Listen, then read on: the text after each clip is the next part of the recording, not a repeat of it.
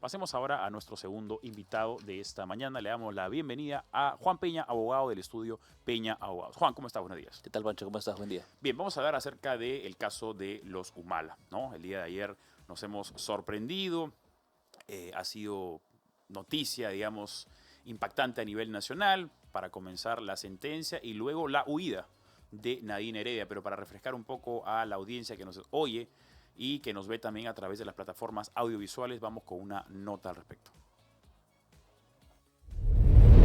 Al señor Ollanta Moisés Humala Tasso la pena de 15 años de pena privativa de libertad. El sueño del nacionalismo, la bandera de la izquierda renovada y la famosa gran transformación acaban de estrellarse contra una pared judicial. 15 años de pena privativa de libertad, 15 años de pena privativa de libertad al señor Ollanta Moisés Humala Tasso. Pues la jueza Naiko Coronado lo dijo sin rodeos. Humala y Heredia son culpables de haber recibido dinero lavado para financiar sus campañas. El momento es ahora. Los invito a que se unan a esta cruzada por la igualdad de oportunidades.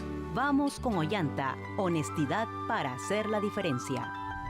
El tercer juzgado penal colegiado nacional ha condenado a 15 años de prisión al expresidente Ollanta Humala y a su esposa Nadine Heredia por lavado de activos en el caso de los aportes ilícitos al Partido Nacionalista Peruano.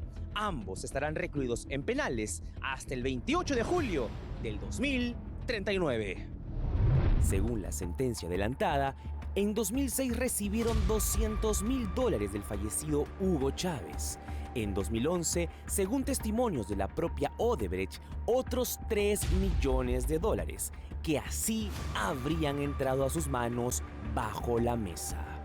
Aquí básicamente han pesado mucho las declaraciones de los testigos que se han venido dando en torno a la recepción del dinero y la entrega de dinero, por ejemplo, a la señora Heredia y también al señor Humala, ¿no? Así como también las declaraciones de los empresarios, en este caso concreto la gente de Odebrecht, que sí habría reconocido la entrega de dinero también a la ex primera dama y también al expresidente de la República, ¿no?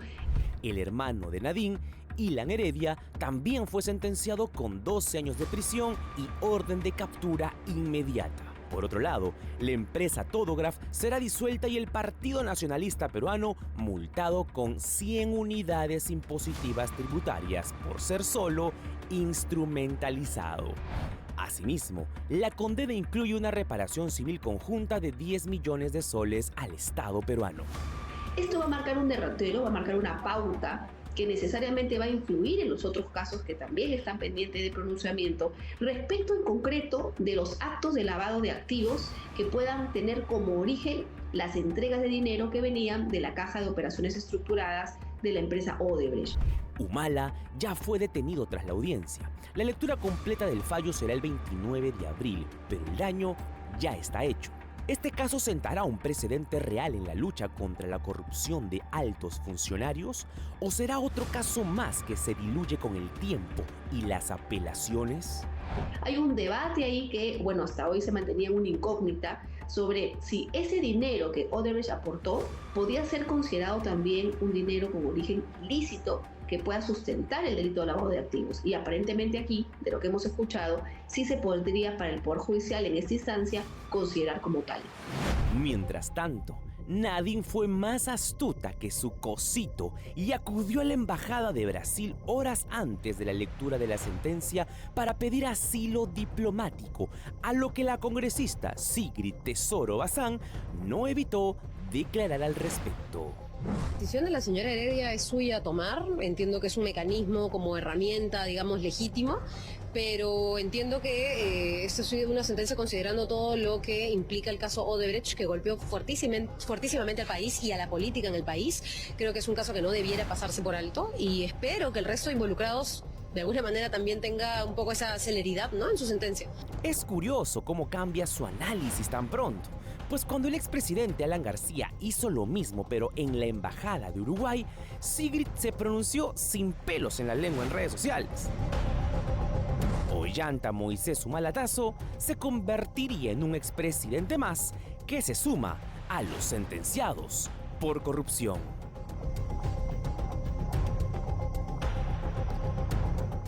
Muchas gracias a nuestro reportero Juan Diego Berna por esta nota, un poco refrescando lo que ha sido, lo que se ha vivido el día de ayer con la lectura de sentencia o con el adelanto de sentencia. Y justamente vamos a desglosar quirúrgicamente no con un médico, sino con un abogado. Está con nosotros Juan Peña, abogado del estudio Peña Abogados, para entender un poco mejor, porque creo que los peruanos, que en su mayoría no son tan diestros como tú, como la mayoría de legistas en materia legal, desconocen un poco lo que ha ocurrido el día de ayer y las implicancias del adelanto de lectura sin conocer lo que tú mencionabas, todas las partes previas, ¿no? Si nos puedes explicar un poquito lo que ocurrió el día de ayer. Claro que sí, Pancho. Mira, en algunos momentos el Poder Judicial lo que puede hacer ante una medida o un caso como este, que es tan emblemático, Sí. puede citar a las partes para adelantar su opinión respecto a la decisión que ha tomado. Esto es únicamente el adelanto del fallo. Lo que sucedió el día de ayer es indicar algunos de los argumentos del por qué estaba fallando en algunos casos, condenando o absolviendo a algunos y la pena que les imponía. Sí. Eso fue lo que sucedió. Pero cuando mencionas que adelanta ¿el fallo ya es ejecutivo o simplemente por si acaso esto es lo que va a pasar? Ahí viene una de las cosas por las cuales yo creo que la señora Nadine ha pedido asilo político.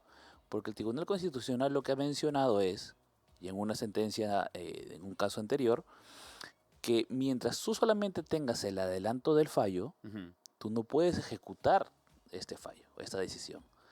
Lo que uno de los abogados correctamente hizo de decirle al colegiado es, un momento, ustedes están pidiendo la ejecución y creo que tienen un error, porque el TC ya les ha dicho o ya ha puesto la plana de que no puedes ejecutarla si es que tú no me lees el íntegro de la sentencia. O sea, técnicamente todavía no han sido condenados. Ellos han sido condenados el día de ayer, pero no les han puesto los argumentos por qué los han condenado.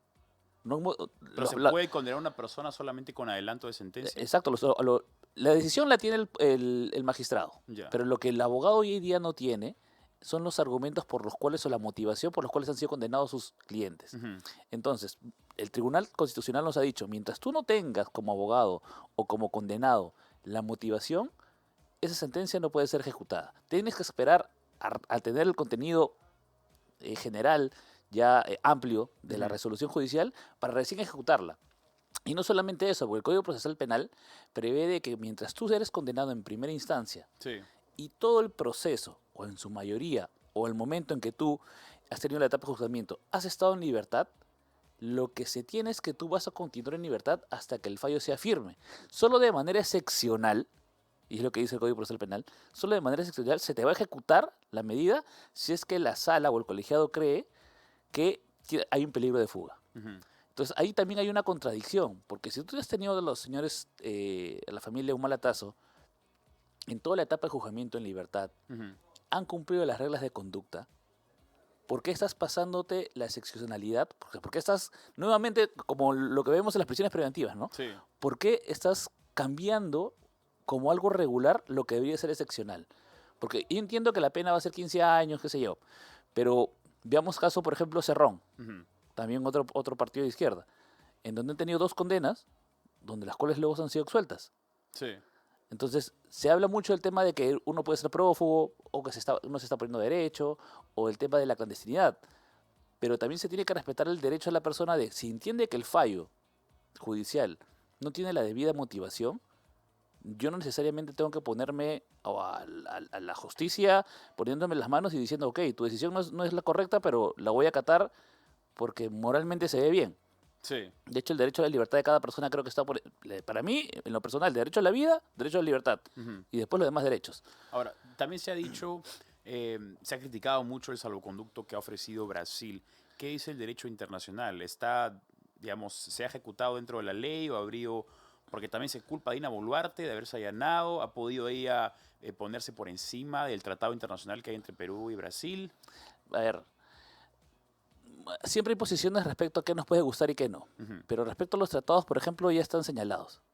El salvoconducto, Perú terminaría rompiendo los lazos que tiene con Brasil, que es un país en temas de mercantiles muy importante con nosotros, y entraríamos a una pelea diplomática, y ya tenemos una con Venezuela, que es aquí nomás. Entonces con Brasil también sería otra, cuando en realidad los requisitos que creo que ha tenido Nadine para poder pelear este salvoconducto y el pedido de asilo es esa decisión del colegiado de ejecutar esta medida de manera inmediata, cuando el Tribunal Constitucional tiene otra posición. De hecho, tanto el Poder Judicial como la Fiscalía o las partes podemos tener discrepancias respecto a cómo se interpreta la Constitución. Sí. Pero ¿quién es hasta el Congreso? En muchas oportunidades hemos tenido ese debate. El Congreso puede tener una opinión, el PJ otra y la Fiscalía otra. Sí. Pero quien es el llamado a esclarecer esto es el Tribunal Constitucional. Si tú tienes una medida, y por lo menos lo que debe haber hecho el colegiado para quitarle este argumento de perseguida política o de que se le está violando la libertad de manera indebida, es explicarle a los abogados por qué no están cumpliendo lo que el TC ha mencionado en su resolución. Ya. Eso debe haber sido fundamental para la ejecución de la sentencia como adelanto de fallo. Sí. Porque de alguna manera te deja ya con los argumentos de por qué ellos están dando un paso al costado a lo que el intérprete de la Constitución nos ha dicho. Entonces ahí de alguna manera tendrías un argumento para poderlo pelear o poderlo discutir. Pero si la magistrada te dice, bueno, este punto tienes razón, pero ya yo explico la resolución. Pero Claro. la resolución me la vas a entregar de acá a 8 días. O sea, ¿cómo estás violando la libertad de una persona, independientemente de que sea expresidente, primera dama o cualquier ciudadano? ¿Cómo puedes violentar tú como un juez Sí. este derecho fundamental sin siquiera motivarlo o explicarlo, por lo menos en audiencia? Y en una audiencia pública que sabemos la trascendencia que tiene condenar a un presidente y una ex primera dama. ¿Y por qué ha sido tan irresponsable tal vez el magistrado a la hora de hacer el adelanto en vez de esperar o hacer la lectura completa? Bueno, entiendo de que no lo puedo afirmar, Ya. pero porque en algún momento también he hecho prácticas en el Poder Judicial y he tenido conocimiento de cómo se maneja esto, es que tienen el fallo, tienen la decisión de los votos, Sí. pero todavía no terminan de argumentarla por manera escrita. Ah. Entonces, tienen un debate previo, ¿no? Y cada uno con su asesor dice, ya, yo voy a votar porque la condenan, porque este es mi argumento. Yo voy a votar esto porque tal cosa. Entonces se pasan la resolución, oye, acá hay un error de ortografía, acá hay un error de motivación, acá hay otro error. Ya, entonces, ¿para cuándo la tenemos lista? Para 8 días. Ya, pero hay que quitar el fallo de una vez. ¿Pero para qué? ¿Cuál es la necesidad de adelantarse y ser tan precoz con el fallo? Lo peor, que yo entiendo que es un tema mediático, que es un tema de que ya se había dado una fecha de lectura de sentencia, Sí. entonces luego de repente ha variado por una lectura solamente del adelanto del fallo, pero que te termina generando este tipo de incertidumbres y que como ciudadano sientes que se te vulneran derechos. Porque si no se te lee cuáles son las motivaciones de una condena, sobre todo una condena de 15 años, Claro. y para los abogados que vemos el caso de fuera, y para los ciudadanos también tiene que verse así, ¿cómo es posible de que a un expresidente le hagan esto? ¿Qué suerte tienen todos los demás? O sea, como ciudadano, ¿cómo vas a una lectura de sentencia luego si ni siquiera te van a leer la motivación por la cual te han de Claro. alguna manera condenado? Pero más aún, si el TC ya te dice de que no te pueden ejecutar, por eso es que van confiados ellos a la lectura de sentencia, porque como es un adelanto de fallo, Claro. dicen, ok, no me pueden ejecutar hasta que me lean el intro. Y el intro me están citando acá 8 días más.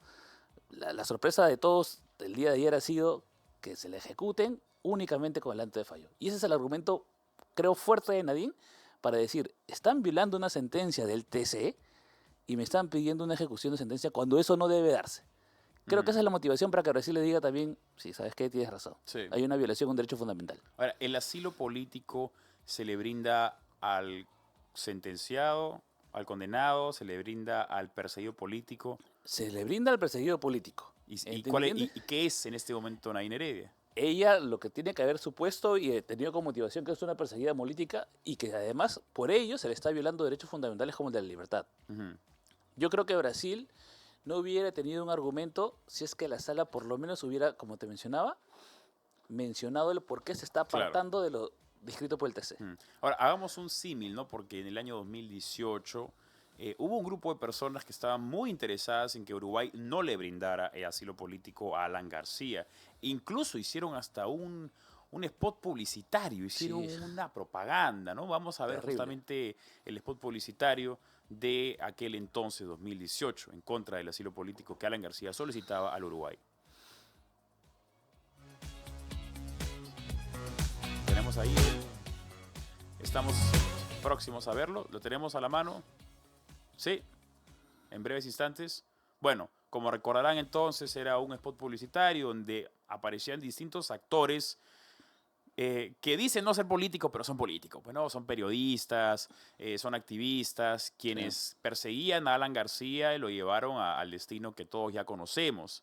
Ahora, ¿saldrán estas personas a criticar el asilo político que Brasil le ha concedido a Nadine Heredia entre gallos y medianoche?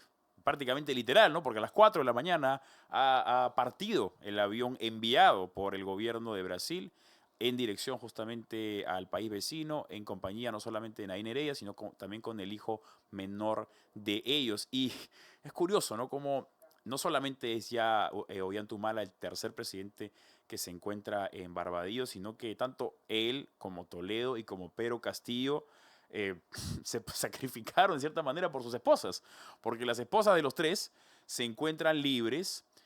Tienes a la esposa de Pedro Castillo que está en México, tienes a la esposa de Toledo que está en Israel y ahora tienes a la esposa de Ollanta Humala que se encuentra en Brasil. ¿Tenemos el spot publicitario? Ahora lo tenemos, vamos a verlo. Sí, Alan García nació en el Perú. Sí, Alan García fue presidente del Perú. Y sí, lo elegimos 2 veces. ¿Pero es Alan García un perseguido político? No. Sí, Alan García es abogado. Sí, Alan García es del Partido Aprista. Pero, ¿Alan García es un perseguido político? No. No. No. Alan García tiene una investigación fiscal. Y tiene derecho a defenderse. ¿Pero Alan García es un perseguido político? No. No. No. Amigas y amigos de Uruguay, a Alan García no lo persigue la política. Lo sigue la justicia. Permitamos que la justicia peruana decida. ¿Hay que hacerle caso a los caviares? No, esa es la respuesta creo que con la que tenemos que quedarnos, ¿no? El doble rasero de estas personas. A ver, que hagan su spot publicitario, criticando a Lula da Silva, quien estuvo preso en Brasil 540 días hasta que a alguien se le ocurrió, a un juez se le ocurrió que la sala que lo había condenado tenía un vínculo de amistad con Bolsonaro, entonces por eso quedaba invalidado la sentencia, ¿no? Estamos conversando con Juan Peña, abogado, justamente acerca de este tema de acá. Otro tema importante que veíamos en el reportaje que hizo Juan Diego Berna era la penalista Romy Chan, hablaba de las implicaciones que va a tener el fallo con los otros que son semejantes, como por ejemplo el caso Cócteles que involucra a Keiko Fujimori, ¿no? Porque no se ha probado, al parecer, la ilicitud de los fondos de Odebrecht. Recordemos que si bien Odebrecht tiene todos los calificativos peyorativos que ustedes y nosotros queremos ponerles, en el año 2006 y en el año 2011, Odebrecht era una empresa como cualquiera que operaba y como tal tenía derecho a aportar legalmente a campañas políticas, porque recién en 2019 se hace ese cambio, ¿no? Entonces, si no se puede probar la ilicitud del origen de los fondos, no se puede probar lavado de activos. Ahora, algo importante que ayer escuchaba al doctor Julio Rodríguez es que él en uno de los interrogatorios le pregunta a Marcelo Odebrecht si todos los fondos que provenían de la Caja 2 eran ilícitos. Y él le había respondido que no. Entonces, ¿cómo sabemos que el dinero que fue el aporte de campaña, ya sea para caso Cócteles o sea para caso el Partido Nacionalista, era ilícito? Porque no podías contar de un billete de 100 y decir este viene de lavado, este viene de narcotráfico, este viene de trata. No se puede rastrear de manera legítima. Entonces lo que tú mencionas es correcto.